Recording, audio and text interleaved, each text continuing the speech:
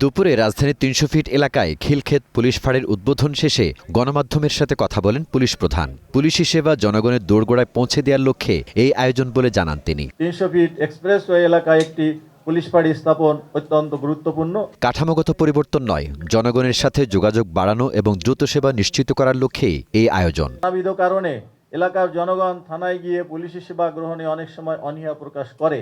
সার্বক্ষণিক পুলিশি উপস্থিতি নিশ্চিত করা সম্ভব হলে জনগণের সাথে পুলিশের যোগাযোগ বৃদ্ধি পাবে। পুলিশি সেবাকে জনগণের দোরগোড়ায় পৌঁছে দেওয়ার বিষয়ে আমরা দৃঢ় প্রতিজ্ঞ। অনুষ্ঠানে ডিএমপির ভারপ্রাপ্ত কমিশনার বললেন, মানুষের আস্থা ফেরাতে এবং অপরাধ দমনে গতি এসেছে পুলিশের। আমাদের ডিএমপি টেকনোলজিক্যালি আগাচ্ছে। গত 15-16 বছরে পুলিশের দিকে খুব বেশি নজর দেওয়া হয় নাই। পুলিশ হয়তো একটা বিশেষ উদ্দেশ্যে কাজ করছে, এখন আমরা কাজ করতেছি জনগণের উদ্দেশ্যে, জনগণের পুরোপুরি নিরাপত্তা প্রদানের জন্য।